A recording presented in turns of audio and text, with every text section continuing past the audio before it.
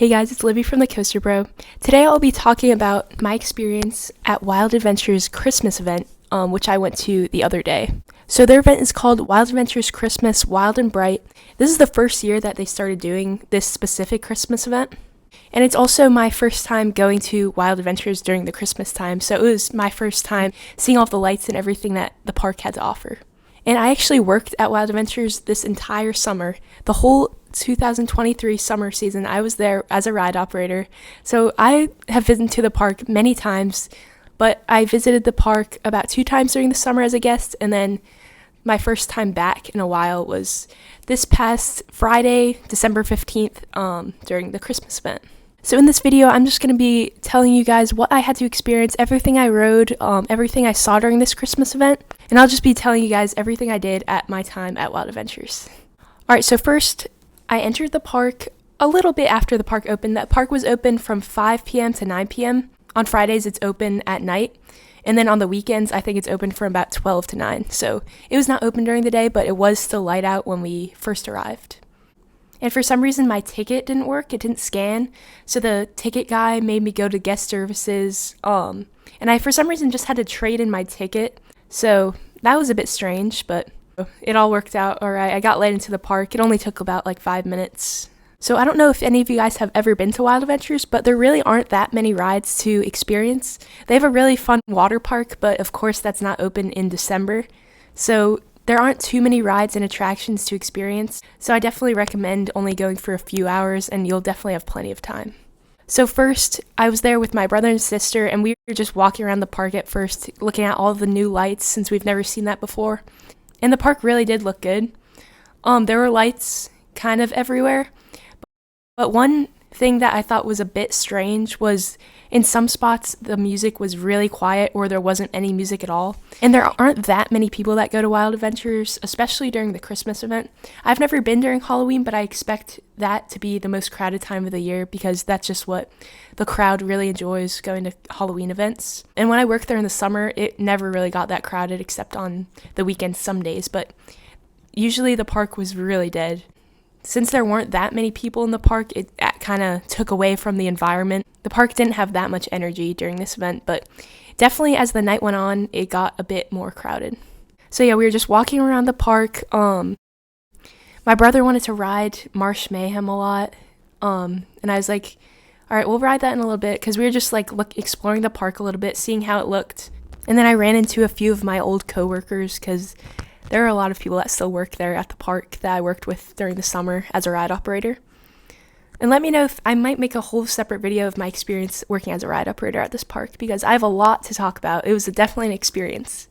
So I think our first ride that we went on after literally lapping the entire park was Swamp Thing. So I did operate this ride a lot when I worked here.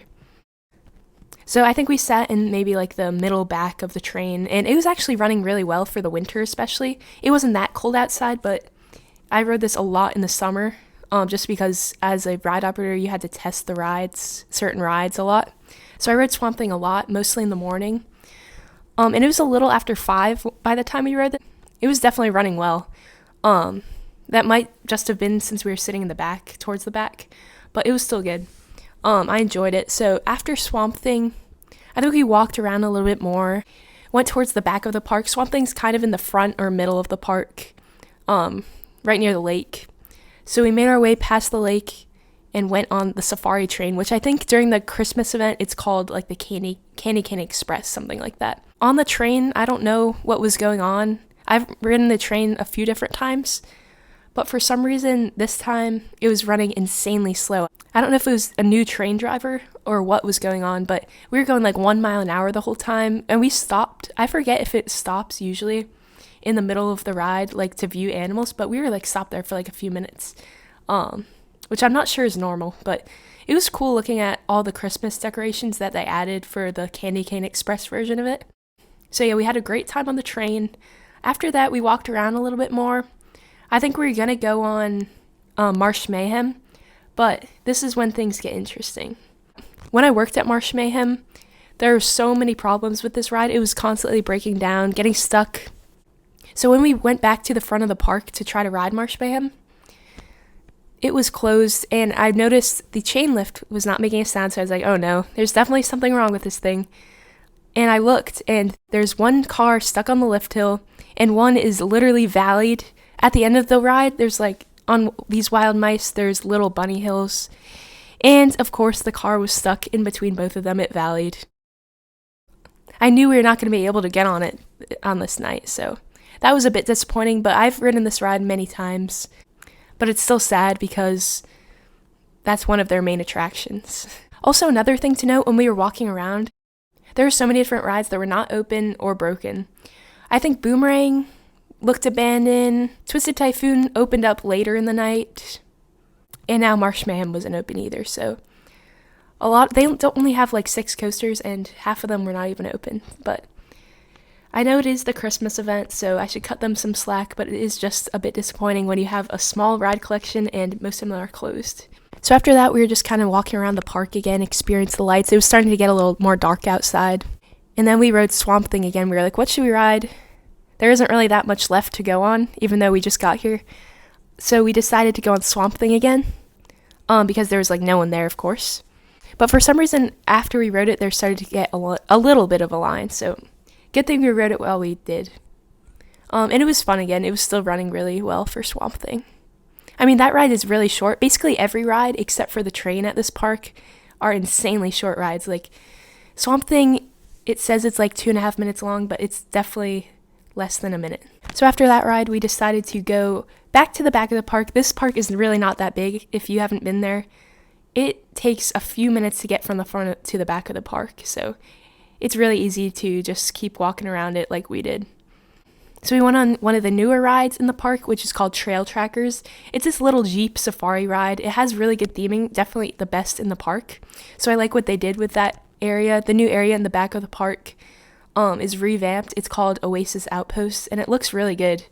I like what they did to spice up the area because not a lot of people go back there, and there was barely anyone when we went back there during this event, but at least it looks better. They have like a whole new pizza place, relocated a few rides. It does look good. So we got right on Trail Trackers. It's a fun little ride. Like, you can't move the wheel, so it's just kind of like you're driving around on a track. And we got the last car, so we were behind everyone, which was fun. And it is a pretty long ride too, so that's good. So we had fun. After that, we headed towards the front of the park again to go through the trail. I don't know what it's called, but it's like this trail that goes right over a swamp. It's in a really cool location, right near Swamp Thing and the kiddie area. So we got to see all of the cool Christmas decorations and lights everywhere. They had some cool projected lights that went over the swamp, and it looked really good. This was definitely the most immersive experience in terms of Christmas decorations in the park. One really unique experience that you can do at Wild Adventures during the Christmas time is they have free hot chocolate for everyone. And it said there was a sign that said that this starts at 7 p.m. So we were just waiting until 7 to go check out the free hot chocolate. It's located kind of near the Sky Coaster, which is called Geronimo, in the back of the park near Twisted Typhoon. There's just a little pathway that leads to the station of their old coaster Cheetah, which was a CCI Woody that closed back in 2020. I don't think it ran in 2020. And my first time visiting the park was in 2020 after the pandemic. So I never got to ride it. The structure was still there when I visited the park a few times, but now it's completely demolished, and the only thing left is the station, which is now turned into an observation deck, and the hot chocolate is located very close to the observation deck. There's also a foam party that's basically just bubbles in a pit for all the little kids to go in, which is really funny, seeing all the kids covered in bubbles when they get out. And right past that is where the hot chocolate is. So it's basically a guy with a cooler of hot water, and they just give you a packet of hot chocolate to make on your own. So that was really funny. But I'm glad they give guests free hot chocolate. It's something nice that they offer. Then I rode the park's drop tower, which is called Blazer Blastoff. This is an S&S drop tower, and these usually are not my favorite. I really like the triple towers at Hershey Park. But some of the other ones, like this one, I've ridden a few times. It's not my favorite, but I was the only one on the ride because, there really aren't that many guests here.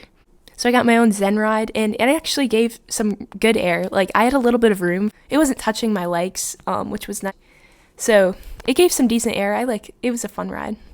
I think after that we rode Outpost Express, which is a little kiddie coaster, the first ride you see when you walk into Wild Adventures. So we went all the way back to the front of the park again. We were just kind of wandering around the whole time. It was really funny. So I sat in the middle of the train on Outpost Express, and it was an okay ride. It's kind of fun sometimes. The operations were not the best. Quick operations are definitely not an emphasis at Wild Adventures. It is definitely a family park, and they don't worry about quick operations too much. So it took a little bit. It was only a station wait, but we were there for 5 to 10 minutes when it could have taken 2 minutes to get on. After that, we were just walking around. We went in the kiddie area, which is called Discovery Outpost, for a little bit. That's the area that I worked in when I worked at Wild Adventures. So I was trained on a few kiddie rides, a few of the coasters up front, and bumper cars. So we were just walking around the kiddie area. I saw a few people I used to work with, just talking with them. And then we left the park. But before we left, we checked out this building that had different characters from Rudolph, which was cool. I liked what they did with that. And this was a really nice part. They turned that building into something nice. I know during their Halloween event, they put pumpkins in there, and I really like what they did for the Christmas event as well. So at about 7:30 p.m., we left the park. We were there for 2.5 hours, I guess. And that's all you really need at Wild Adventures. I guess if you're there to see the shows and stuff, I'm not really into that kind of stuff, watching different singing shows. But if that's something you like to do, I know there's a puppet show too, which might be entertaining for little kids. So they definitely have more to offer. And if you are a little kid, there are definitely rides for you. Just there aren't that many options for thrill seekers and coaster enthusiasts. When I visit a park, I'm definitely there for mostly the rides, but also the environment, and I think the environment was pretty cool at Wild Adventures. I think I still prefer Holiday in the Park at Great Adventure. I haven't been to any other Six Flags holiday events, but I really liked the environment that was created at that event. And I also never went to the past Christmas events at Wild Adventures, so I don't know how the Wild and Bright version compares to the past versions. But I think they did a good job. So that was my experience at Wild Adventures Christmas Wild and Bright. Let me know if you've ever been to this event or what Christmas events you enjoy going to at parks. So thank you so much for watching.